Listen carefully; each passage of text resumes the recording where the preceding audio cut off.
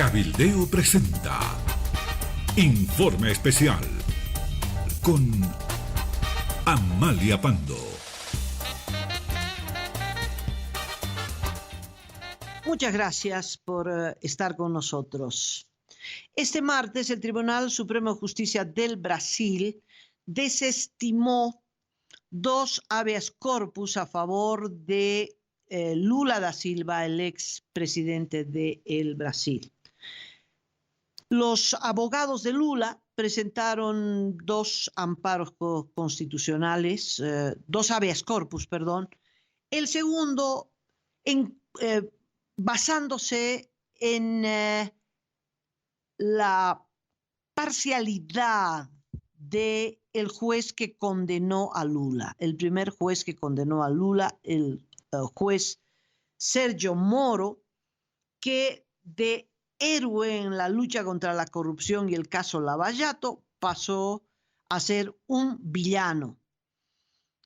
Bueno, hace muy poquito, a través de un medio de comunicación de Intercept Brasil, se conoció que el juez Sergio Moro había intercambiado chats, es decir, comunicación, con el fiscal del caso, Deltan Dallagnol, un apellido rarísimo, bueno, el fiscal del caso, y en esos chats, que son voluminosos, Sergio Moro, el juez, dio consejos y además pautas a los fiscales encargados del caso Lava Jato. Estamos hablando de un juez que es instructor, es decir, es un juez que está en la investigación de una causa criminal y que intercambia criterios, consejos y pautas de acción en la investigación con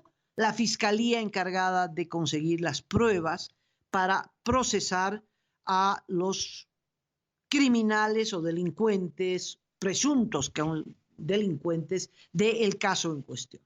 El principal implicado es el expresidente Lula da Silva, a quien Sergio Moro sentenció a más de 9 años de prisión.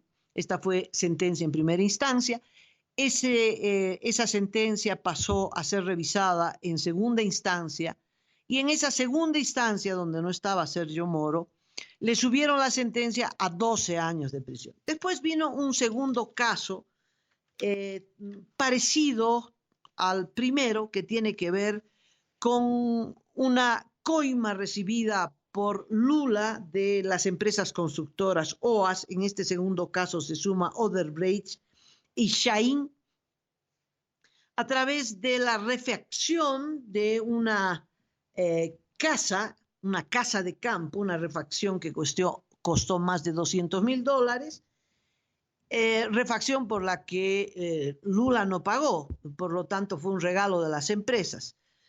No fue gratis, sino a cambio de obras. Bueno, Lula y luego su sucesora fueron la cabeza de los casos de corrupción más grandes en el mundo, por los montos, por la penetración, porque no solo fue Brasil donde la empresa estatal de petróleo pagó coimas, pero extremadamente grandes, supermillonarias. Estamos hablando de miles y miles de dólares, miles de millones de dólares. Estamos hablando de billones de dólares, sino que esto también se expandió a varios países de América Latina, particularmente a Venezuela, fruto del acuerdo político y relación amistosa, fraternal, entrañable de los gobernantes de entonces. En nuestro país, la OAS, nunca se abrió la investigación a propósito de los contratos de la OA, pero ya llegará su tiempo. Pero este es el caso por el que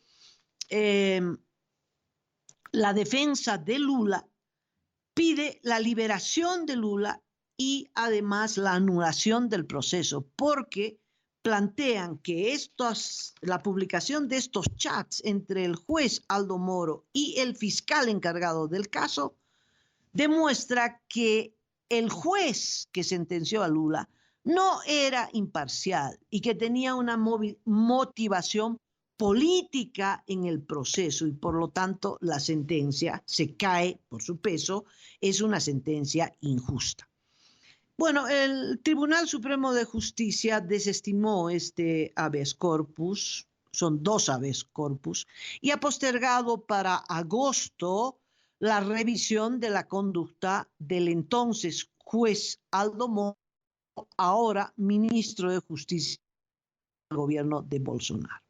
Bueno, este caso, el del Brasil, realmente es extrañísimo en comparación a cómo se mueve la justicia en nuestro país. No es que Aldo Moro habló con los políticos opositores, no, habló con el fiscal del caso. Es un concepto tan ajeno a la justicia boliviana, ¿no? Que se mueve de una forma grotesca en su imparcialidad, en su subordinación al régimen político, que claro, que un juez hable con un fiscal realmente para nosotros no es nada cuestionable. ¿Por qué? Porque en nuestro país es el gobierno el que decide quién va preso, quién no va preso, quién recibe sentencia, quién es absuelto.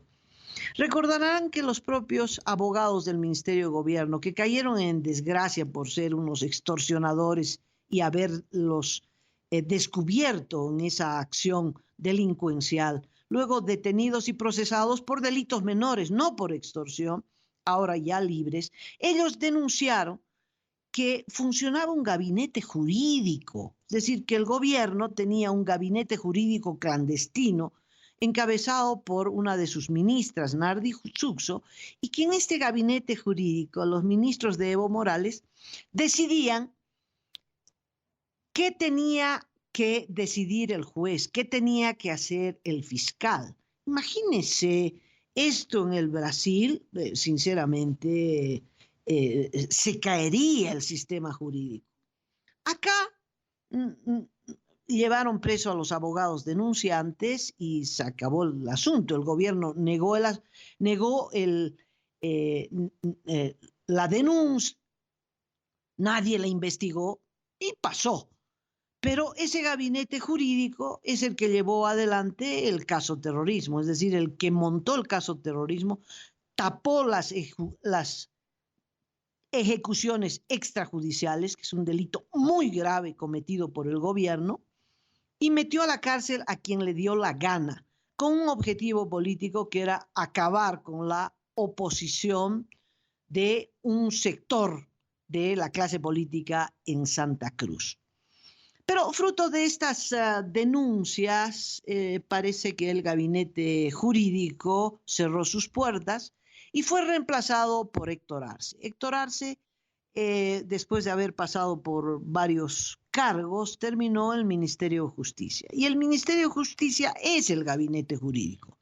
Héctor Arce es el que decide quién entra a la cárcel, redacta las resoluciones judiciales.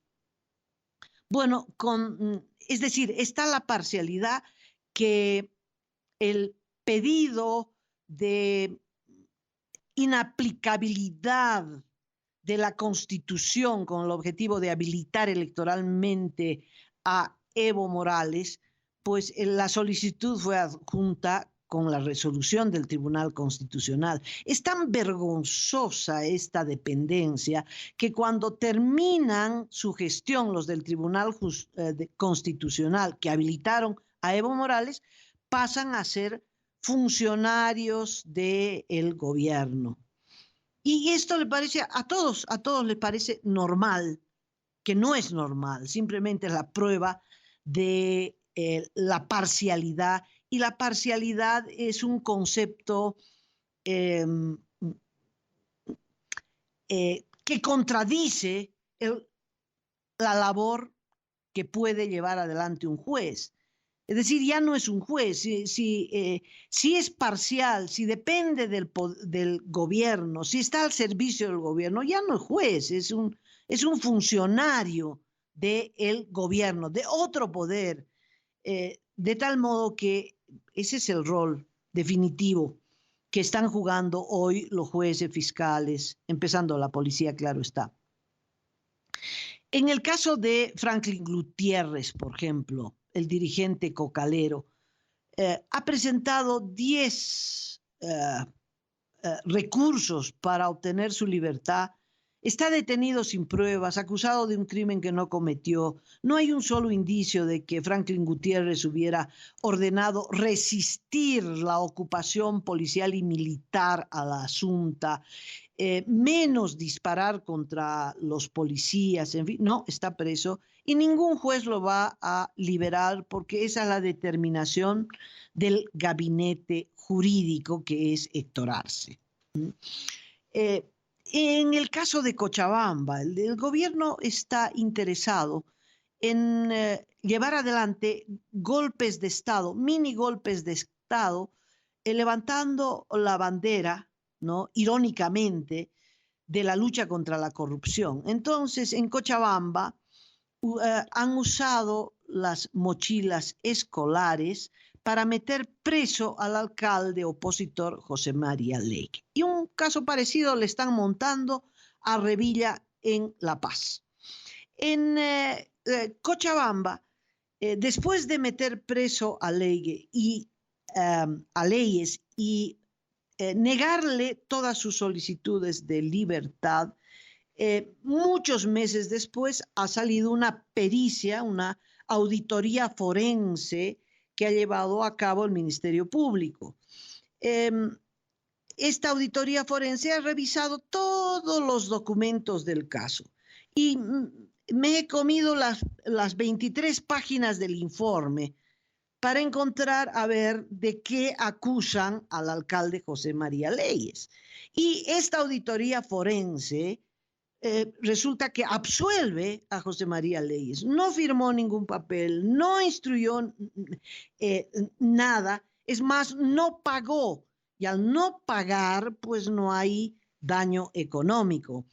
Y la auditoría dice, bueno, y hay que procesar a Leyes porque finalmente era el alcalde.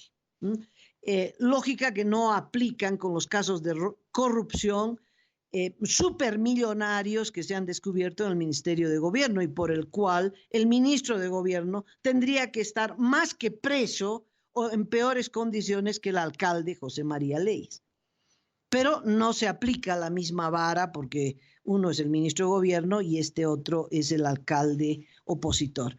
Y para peor, este informe de auditoría forense del caso de las mochilas sí encuentra irregularidades, 6 irregularidades. Una irregularidad, le cuento, las mochilas no entraron, dice, al depósito de la alcaldía. Es una irregularidad. ¿Por qué? Porque las mochilas fueron inmediatamente distribuidas a los estudiantes. Inmediatamente se pasaron a las escuelas y los estudiantes cochabambinos llevan en la espalda la mochila que no pagó la alcaldía. Es decir, que el proveedor todavía no cobró por las mochilas. En la auditoría no se habla de sobreprecio, ni de mala calidad, ni nada por el estilo. ¿Qué encuentra esta auditoría? Que hay un señor que se llama Cristian Siles Ríos, que yo ya hice un informe sobre este caso, que es el que pide las mochilas, que es el que determina el color, el tamaño, el precio, que es el que sugiere a qué empresa contratar, que es el que le pasa los datos de lo que va a pedir, le pasa los datos al proveedor, que es el que sugiere en la comisión de adjudicación a qué empresa adjudicarle, etcétera, etcétera. Y el señor Cristian Siles Ríos, de militancia masista, ha sido sobreseído por los fiscales, porque los fiscales juegan un rol de jueces también, porque si el fiscal no te acusa, el juez no te puede acusar. Entonces, el fiscal es la primera instancia para determinar tu inocencia o tu culpabilidad.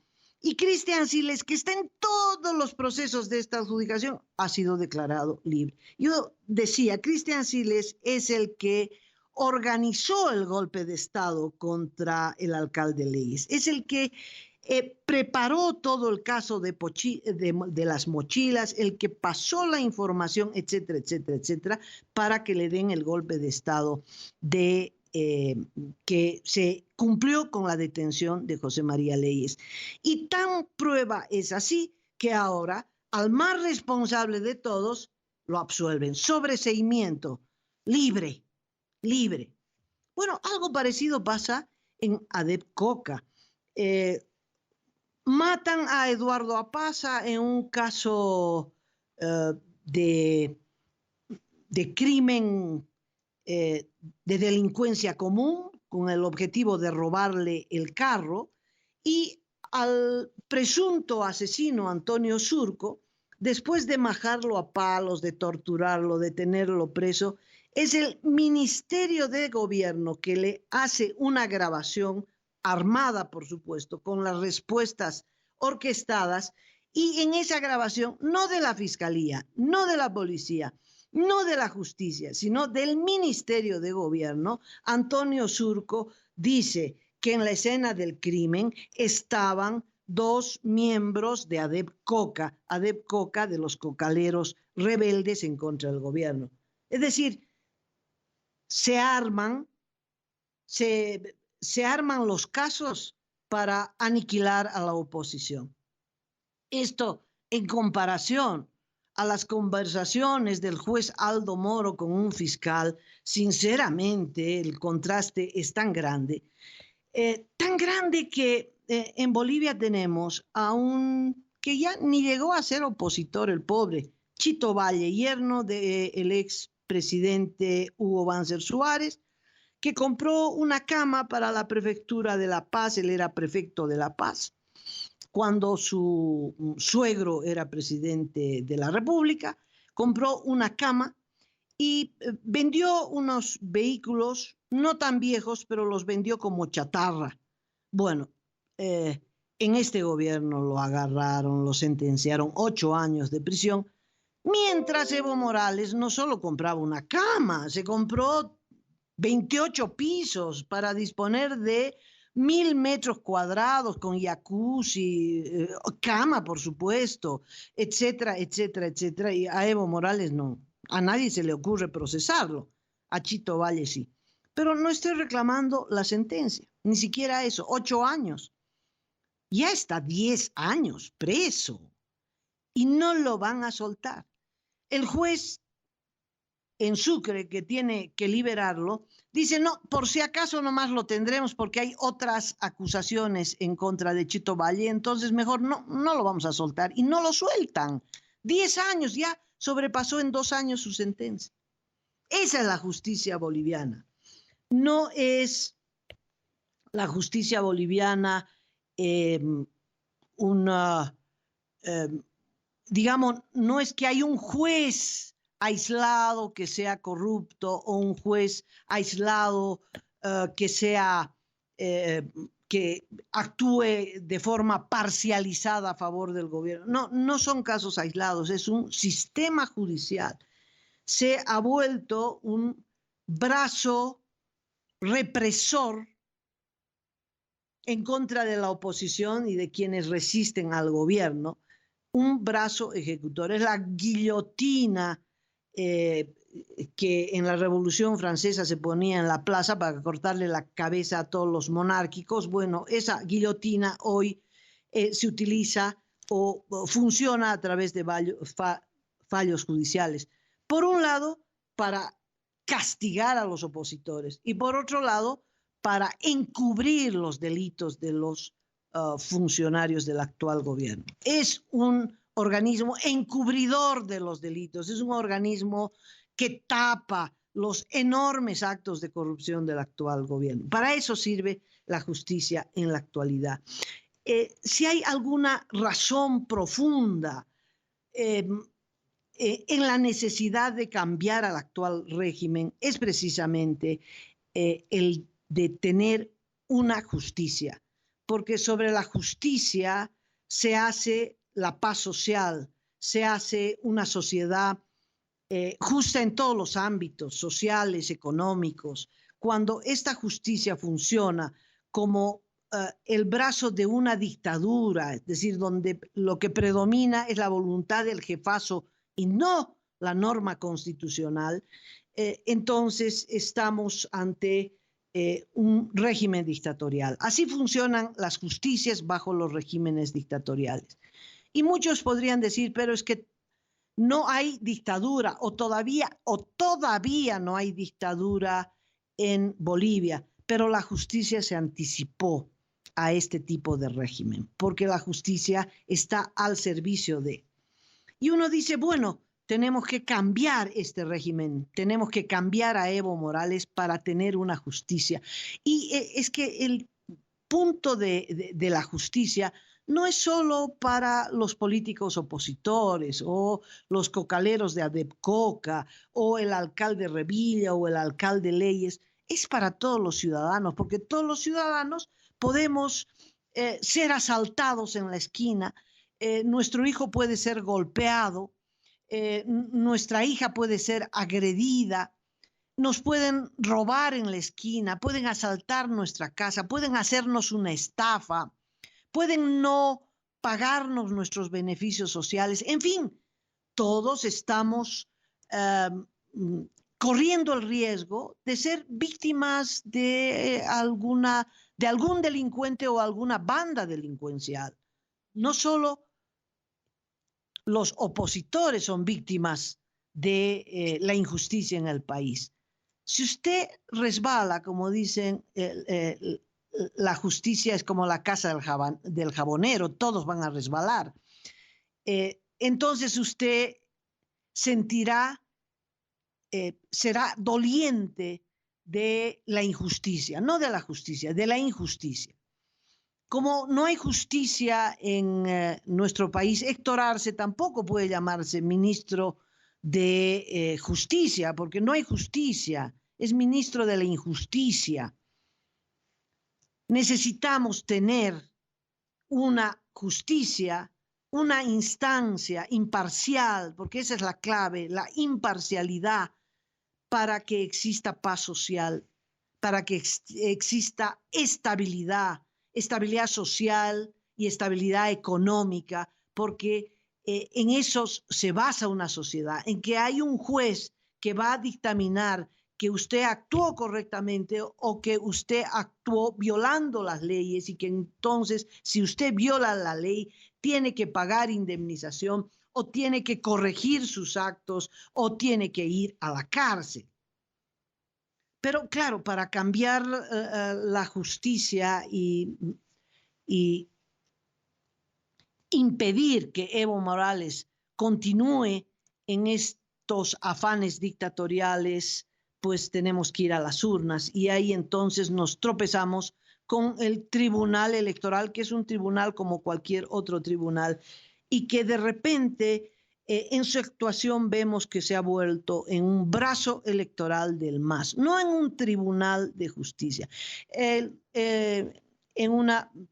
un informe anterior hablaba, por ejemplo, de Argentina y decía cómo el populismo podía volver y cuáles son los factores que impulsan a que Cristina Kirchner pueda retornar al gobierno, etcétera, etcétera. Pero al margen de eso, cuando se hagan elecciones en la Argentina, se sabrá quién es el ganador de manera inapelable, porque es un tribunal electoral pues que nadie cuestiona sus actos.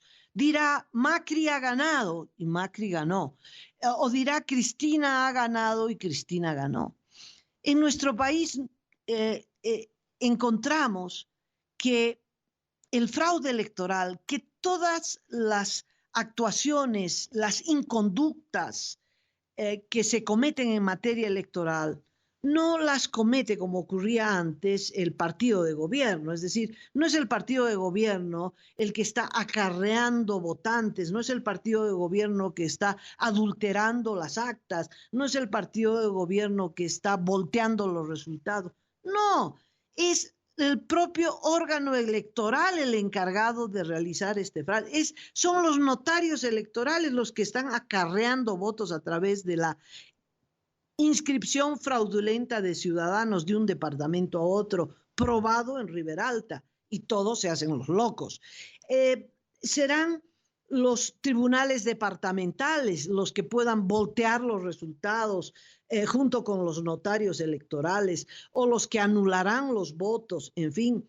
Y es el Tribunal Electoral Nacional el encargado de un sistema informático que no va a funcionar. No es que el día de la elección usted verá el conteo de votos en su pantalla de la computadora o en su celular, mesa tantos, tal el resultado, se suma a la mesa tantos. No, el sistema informático no funcionará. Y la Unión Europea ya le mandó una carta al Tribunal Electoral advirtiéndole que la demora en la toma de decisiones está poniendo en riesgo todas las elecciones, entre otras cosas, en la contratación de una empresa encargada del conteo rápido. El conteo rápido es muy importante, es decir, es recontra importante, especialmente cuando hay temor de fraude, porque da el resultado electoral antes del moroso conteo del total de los votos. El conteo rápido es eso, rápidamente a las 7, 8 de la noche ya se tiene el resultado. Y es una empresa, se supone imparcial, contratada por un tribunal electoral imparcial que adelante el resultado de las elecciones. Pues hasta ahora, faltando 4 meses para las elecciones, no han contratado a una empresa de conteo rápido que necesita mucho tiempo para poder estudiar el sistema electoral, las mesas, las circunscripciones, etcétera, etcétera, para ver cómo hace su trabajo. Alerta, le dice la Unión Europea. Tanta demora está poniendo en riesgo al proceso electoral. Pero lo que en realidad no es solo la ineficiencia, ¿no? No es solo eso, sino la imparcialidad del Tribunal Electoral, lo que pone en cuestión el proceso electoral. Un tribunal electoral al servicio del fraude electoral, un tribunal electoral que ha habilitado inconstitucionalmente al candidato oficialista, a pesar de la Constitución y a pesar del referéndum que ese propio tribunal organizó.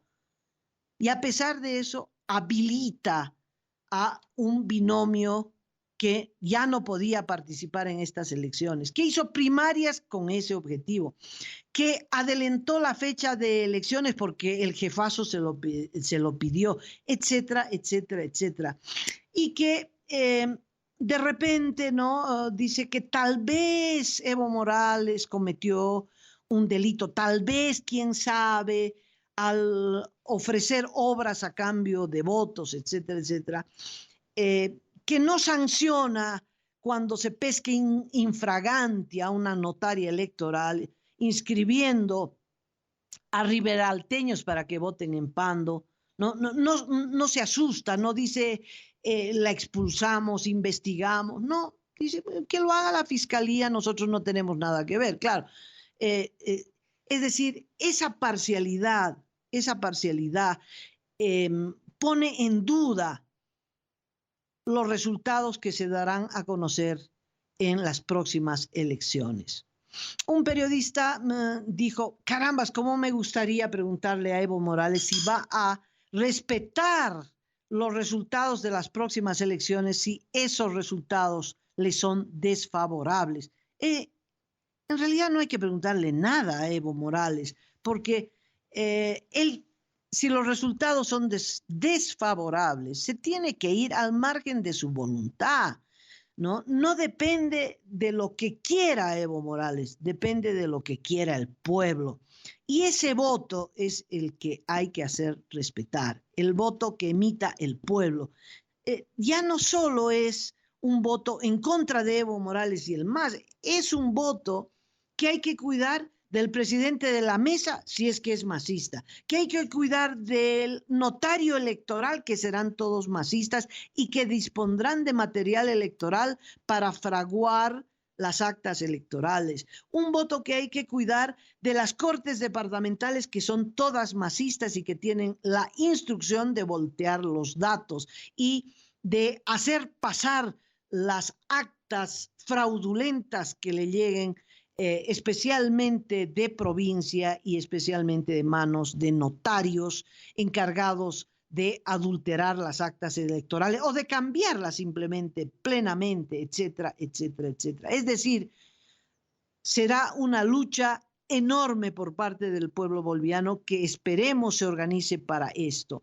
Por eso, con toda razón, el Comité Cívico de Santa Cruz ha declarado un paro para el próximo 9 de julio, un paro al que hay que apoyar con todo, porque piden lo elemental, imparcialidad en el Tribunal Electoral, que estos funcionarios de Evo Morales se vayan y que sean elegidos otros jueces electorales que sean probos, que sean imparciales, esencialmente imparciales. Se espera además que el Comité Cívico Pro Santa Cruz coordine con el CONADE de La Paz y con otros comités cívicos para medidas de presión, exigiendo lo mismo, imparcialidad del Tribunal Electoral, que esta banda renuncie, que esta banda que es el brazo electoral del MAS renuncie y se nombren otros imparciales. Pues nunca he visto realmente que antes de unas elecciones la gente se movilice o existan paros en contra del Tribunal Electoral. Enhorabuena, porque estamos poniendo ya como antecedente que quede en evidencia para todo el país y para todo el mundo que estamos alertando de lo que va a ocurrir el próximo 20 de octubre, porque la parcialidad de este Tribunal Electoral no garantiza un proceso electoral democrático. Apoyar esas movilizaciones, pues es tarea de todos. ¿Por qué? Porque de ello depende la democracia en el país. Sí, así tan importante. Me despido de ustedes. Otro informe especial mañana aquí en Cabildeo. Cabildeo presentó Informe Especial con Amalia Pando.